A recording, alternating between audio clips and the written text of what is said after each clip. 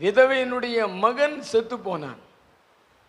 அந்த விதவை தீர்க்கதரிசியினிடத்தில் சொல்லுகிறாள், என்னுடைய அக்கிரமத்தை நினைக்க பண்ணுவதற்கும் என் பிள்ளையை சாக பண்ணுவதற்குமா என் வீட்டுக்கு வந்தீர் அப்படின்னு கேட்குறா. அந்த பிள்ளைய அவர் தூக்கிட்டு போய் அவர் கட்டிலில் போட்டு 3 தரம் அதன் மேலே விழுந்து ஜெபிக்கிறார், அந்த பிரேதத்தின் மேலே. உடனே அந்த பிள்ளையினுடைய ஆத்துமா அந்த பிள்ளைக்குள் திரும்பி வந்தது. அதாவது திரும்பி வராத ஒன்று திரும்பி வந்தது. அல்லேலூயா. ஜெபம் அவ்வளவு வல்லமை உடையது.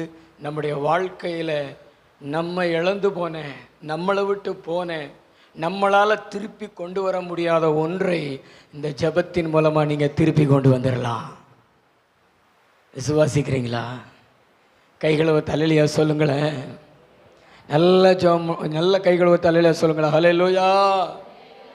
உங்கள் வீட்டுக்காரை திருப்பி கொண்டு வந்துடலாம், உங்கள் பிள்ளைகளை திருப்பி கொண்டு வந்துடலாம், உங்கள் வேலையை திருப்பி கொண்டு வந்துடலாம்.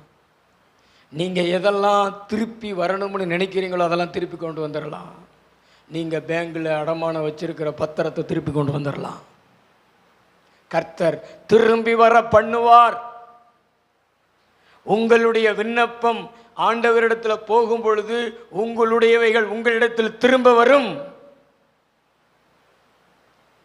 அதனால நம்ம என்ன செய்யணும்? ஜெபிக்க வேண்டும். எலியா மாதிரி என்ன செய்யணும்? ஜெபிக்க வேண்டும்.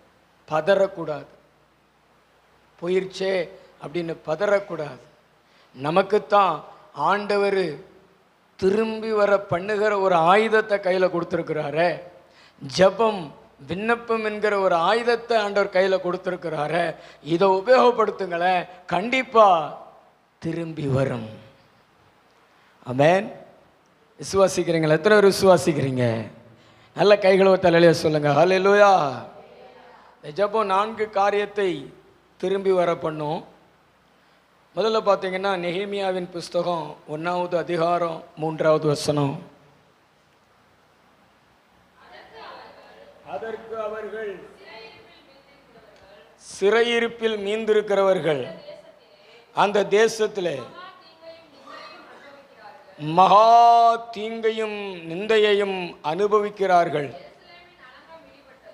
எருசலேமின் அலங்கம் இடிபட்டதும் அதன் வாசல்கள் அக்கினியால் சுட்டரிக்கப்பட்டதுமாய் கிடக்கிறது என்றார்கள். இந்த வார்த்தைகளை கேட்டபோது நான் உட்கார்ந்து அழுது